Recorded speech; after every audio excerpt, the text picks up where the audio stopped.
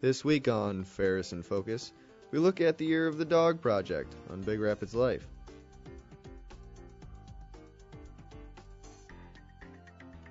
Get the popcorn ready as we learn about the Film Studies minor on Program Spotlight. Then, we learn about the challenges of being a non-traditional student on Bulldog Story. Get the latest in e-news and check out Apple's new redesigned MacBooks. All this and more on Ferris in Focus.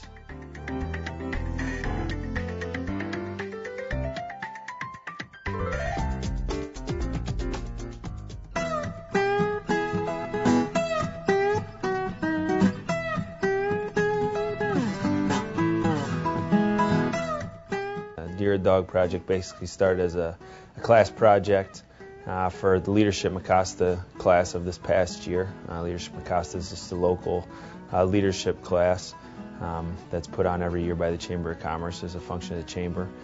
We were looking for something to help bring the community and the university together. Was kind of one of the major goals. The community is always looking for a way to become closer with the university. Sometimes there tends to be a gap, some people feel, and so so the dog was used for obvious reasons. With that, we were hoping that we'd get a lot of support both from the university and from the community because of that. For us to sponsor the dog, we adopted the dog, so to speak, for $1,500 for a year. And if you wanted to buy the dog and keep it forever, it was $2,500. We had artists submit ideas, and we tried to pair that up with a business that we thought would match that as closely as we possibly could. And then, when we did pair them up, we allowed the businesses and the artists to kind of get together and finalize a plan or their final product, what they'd like out of it. But without putting too much restriction on the artists, because they are creative people, and that's kind of how they create what they do is kind of at their free will. So we didn't want to put any restrictions or guidelines on it. I think it's a monument to our own individuality too, because there isn't two of them that are even close. They're all so different, and the artists all had such a great level of creativity. I don't think there's a bad one in the bunch. So, for somebody to see them and say, wow, this is really kind of neat. And they attract attention. I wish there were more of them, because they're sort of scattered around. But it's great that we can allow art, because everybody has a different idea of what art is. The artist that did our dog is John Montgomery, and he lives here in Big Rapids.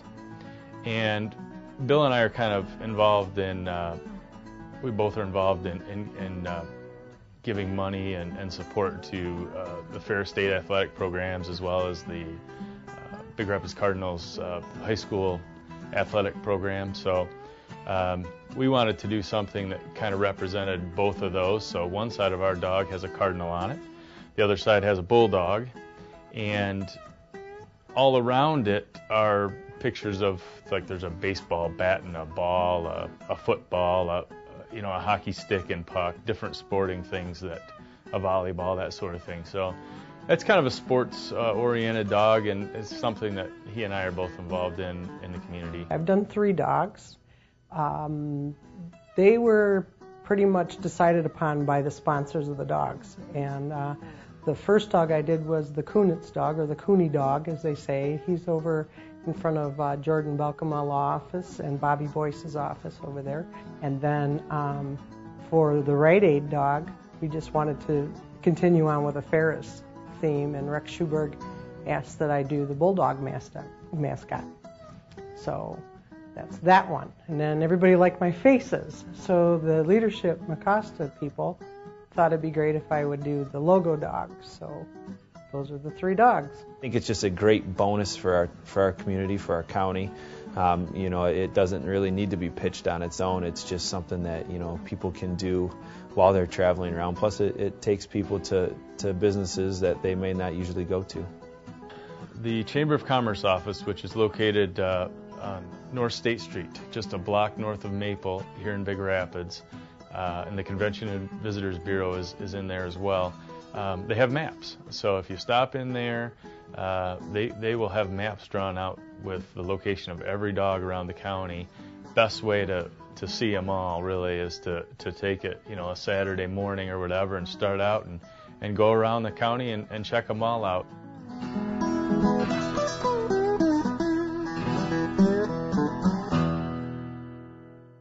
If a woman is out there trying to raise a family and is being treated unfairly, then the court has to stand up if nobody else will. In the state of Michigan, women make 39 cents less on the dollar than a man, and I think this is really a civil rights issue that we need to bring to the forefront.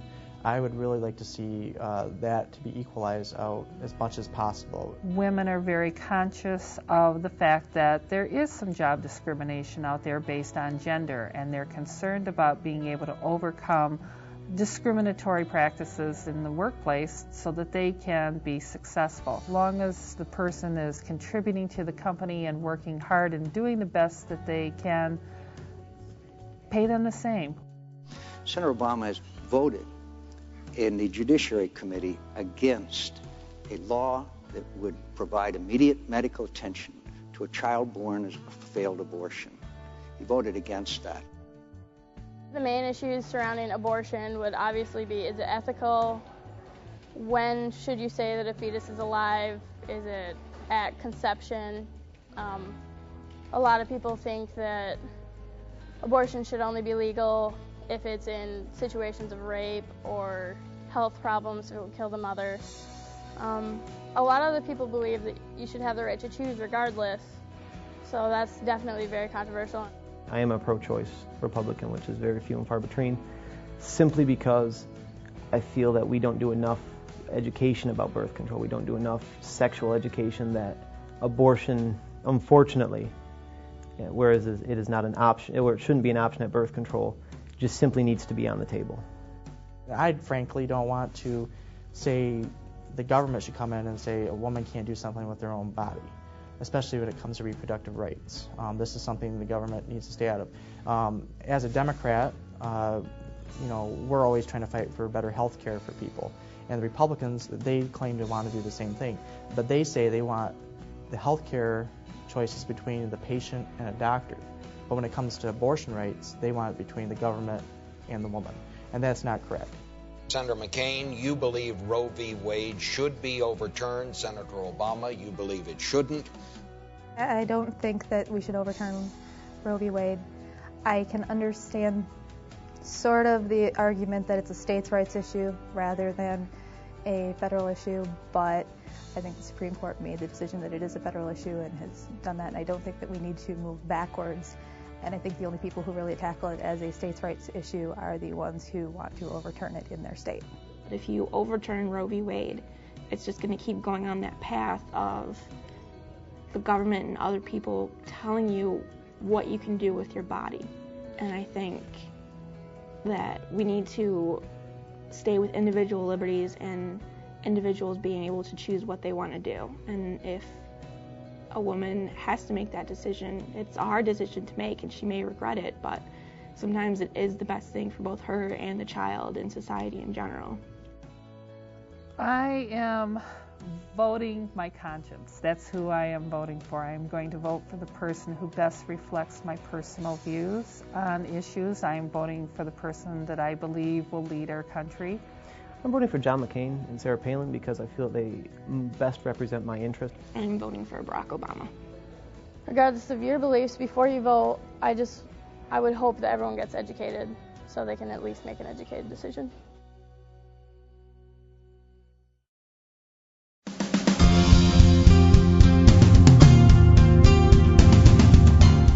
Hello everyone, my name's Megan, and welcome to your entertainment news. Edward Norton is back on the big screen, along with Colin Farrell, in the movie Pride and Glory. Together, they play brothers who come from a long line of family of cops. After several New York police officers are killed, one brother is sent to investigate the precinct, which just happens to be run by the potentially crooked older brother. Now what is going on here? As the investigation begins, it starts to unravel some troubling facts about the precinct and the family. be smart. They were protecting their own, and they were burying the truth.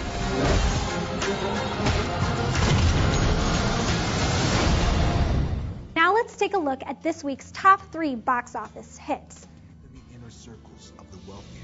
Still holding number 1 is Beverly Hills Chihuahua from Walt Disney Studios, with a weekend gross of $17.5 million. I'm a Chihuahua. Chihuahua. And number 2, we have the horror film Quarantine, which grossed about $14.2 million in its first week at theaters. Whose apartment is this? This thing is the man who lives here. I did what I had to do. You are too power hungry. And at number 3, Body of Lies, starring Leonardo DiCaprio and Russell Crowe, with a total of $12.9 million in its first week.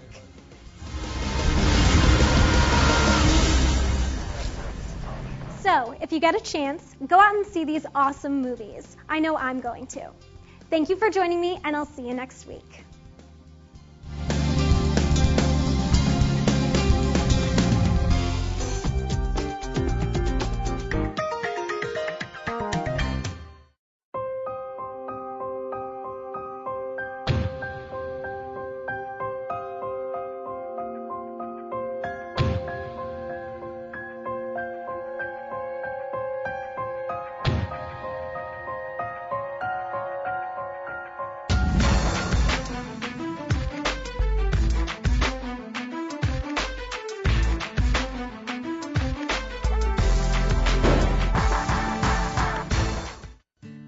When you visit Van Dre Home Furnishings in Big Rapids, you'll meet our knowledgeable sales staff that will help transform your room or home furnishings to match the lifestyle that reflects you. Whether it's your kitchen, your bedroom, or your home theater system, Van Dre has it all.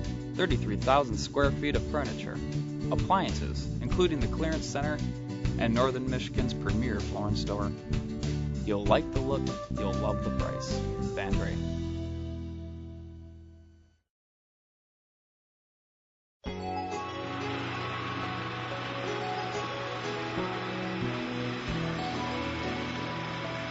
The film studies minor started probably was about 2 or 3 years ago now.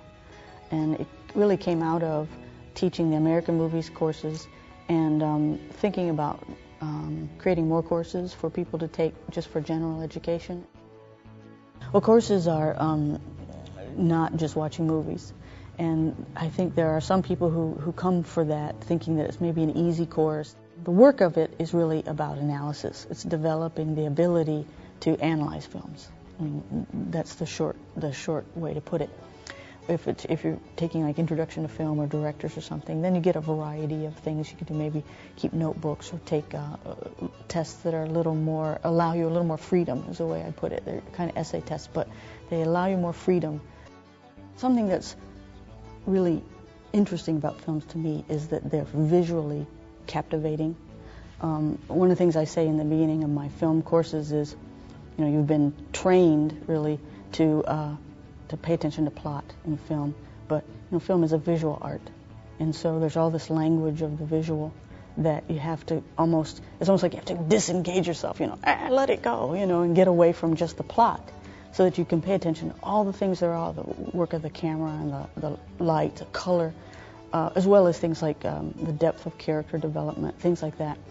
I decided to take the film studies minor because it was different from my major. I'm a psych major, and I thought it would be different than going into like a history or communications. And I love movies. I chose to pursue the film studies minor because I thought it'd go well with my major. Just figured I'd pick up a few extra classes, worked well. I had to take some classes already, double dip, worked out pretty nice. So I'm very interested. I like the film class that I'm in so far, and kind of looking into the film minor right now. I thought it would complement my major since it's different. It's a totally different field. Prove that I can do different things. The thing that students have said to me repeatedly that I just love is they say, "You've ruined my life," because they say, like my girlfriend won't go to the movies with me anymore, and it's because the person has come out of the movie class with all kinds of observations. So you'll be, rather than being a passive, this is a better way to put it, rather than being a passive observer and you just, things wash over you and you just focus on the plot and enjoy it or not and respond, you have a little bit more activity going on, intellectual activity. Well, when I first started going to see movies in theaters after taking this, I'm being less critical because I've seen where movies started and now where they've come, and it's a great leap. I see these movies differently from a lot of perspectives. From this field, watching more and more older movies, just seeing how things are framed up, certain shots. I mean, I watch football games now and see how certain things are framed up, and it's totally different. I look at it a whole new world.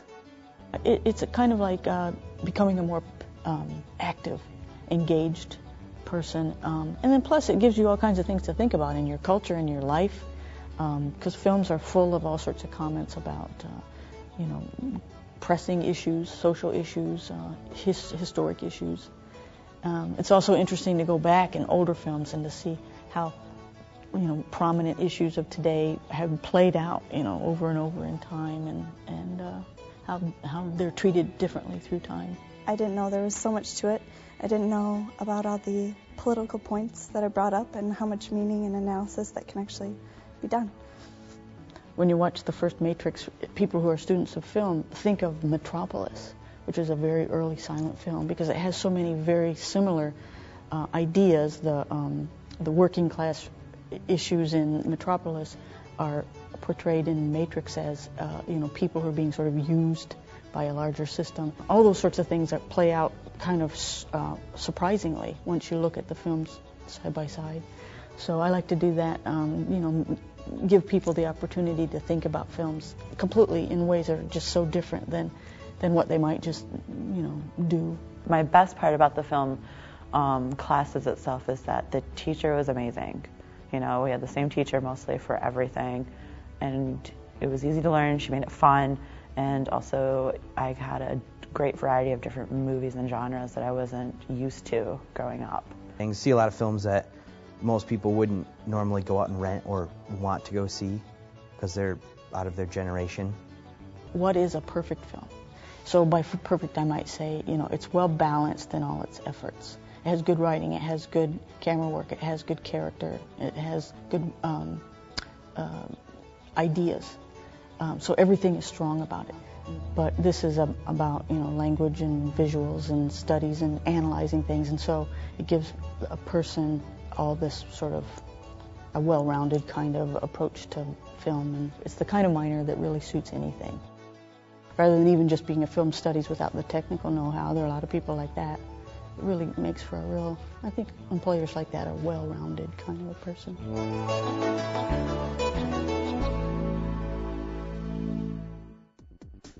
Hey guys, I'm Kyle Way, and this is your Technology Minute. Have you seen Apple's all-new redesigned MacBook Pro? It's thinner, lighter, and absolutely stunning. Apple's design and engineering teams devised a way to replace many parts with one single part. This single part is called the unibody, and it's made of a single piece of seamless aluminum. The sweet new trackpad doubles as a button. Just press anywhere and consider it clicked. Use 2 fingers to scroll, pinch to zoom in and out, and use 3 fingers to browse through your photo libraries. Another change is on the display. It's a glass monitor that provides structure to the LED display beneath it, so there's no metal frame to distract you from what's on screen. Looks pretty sweet, doesn't it? Well, thanks for watching the Technology Minute. I'll see you next week.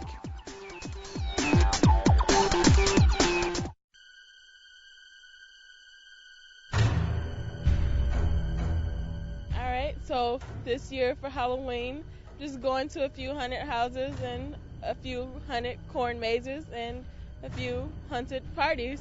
All right, for Halloween, I'm going to go as Michael Phelps, and I have an American flag Speedo that I'm going to be wearing, and I have an American flag swim cap and goggles, and it's going to look sweet. All right, me and some friends are dressing up as the village people and going to a haunted corn maze, and it's going to be a lot of fun. I'm not doing anything, but my roommate's going to be emo. Dyeing his hair black, he's got some girl pants.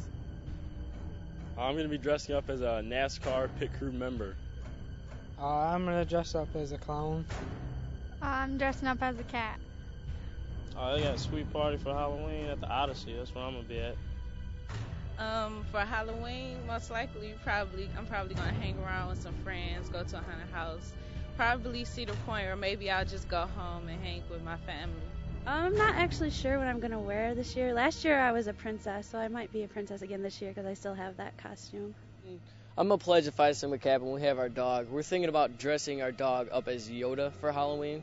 I personally don't know what I'm doing, but we thought many of ideas for our dog, and Yoda seems to be the best choice for him. I'm taking my little 8-year-old sister trick-or-treating. She's going to be a witch. I'm going to be a schoolgirl. I have fishnet stockings and a pink and black plaid skirt and a white belly shirt. And I'm going to have my hair in pigtails and wear stilettos. This Halloween I'm going to go down to Iowa State with some of my friends, and we're going to dress up as the Ghostbusters. We got the guns, the tan costumes, and we're going to have a good time partying down there. A lot of chicks. Good times.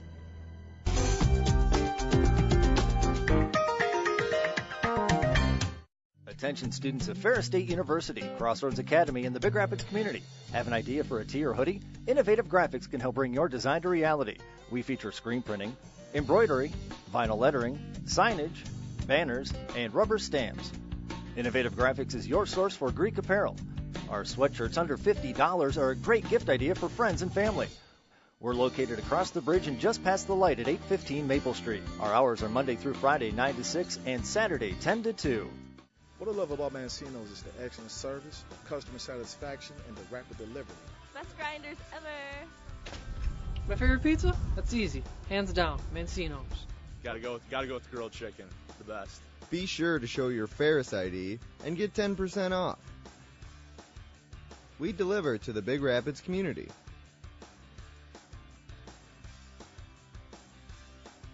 Mancino's! State Street, Big Rapids. Hi, I'm Amanda Flagg. Hi, I'm Carrie Flagg. And this is our Bulldog Story.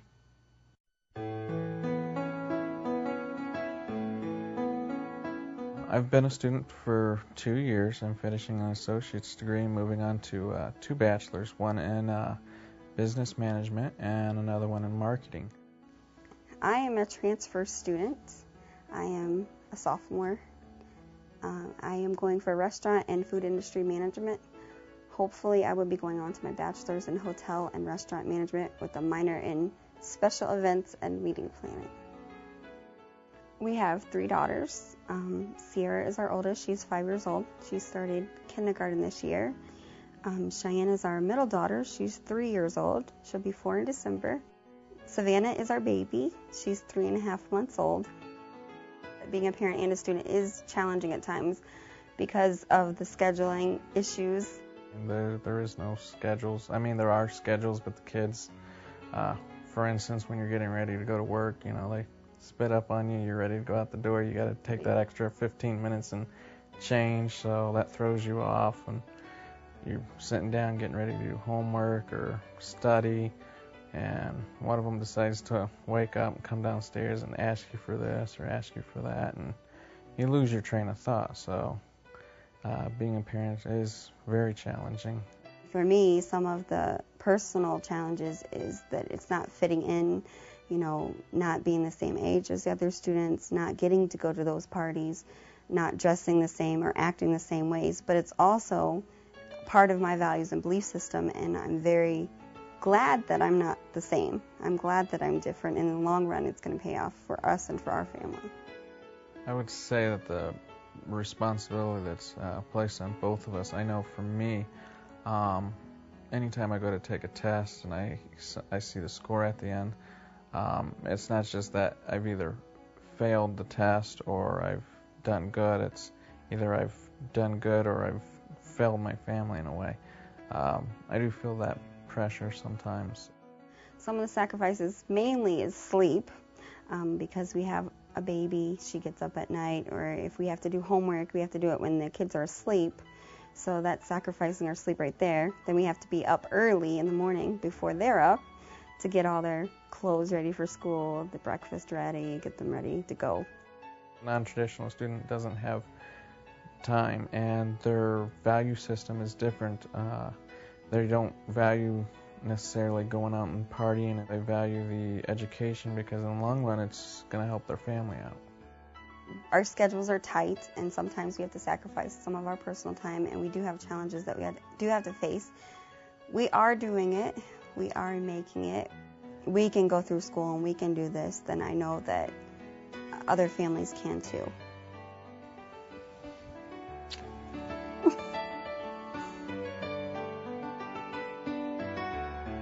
Teaching is one of the rare professions where you can give away everything you have and you still have it.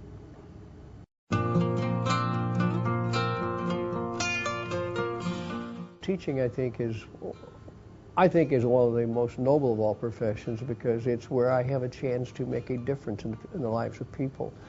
Not everyone responds, but many do. If you don't have a passion to be a dentist, a physician, a pharmacist, a nurse, a janitor, whatever, if you don't have a passion for that, if you don't enjoy it, you shouldn't be doing it. Find something that you really like to do. When they're in my class, I want them to learn what that class is supposed to be teaching them. If it's in an anatomy physiology class, then I want them to have a very good foundation, a very good understanding of how the body's put together and how it works. That's what it's all about. We live in a culture where today you're not supposed to teach values. Oh, that's bad, that's bad. Well, I don't teach values. Values are caught more than they're taught. And I think it's important for all of us to be a good role model for our students, that we strive to do our best, that we strive to do, what is right.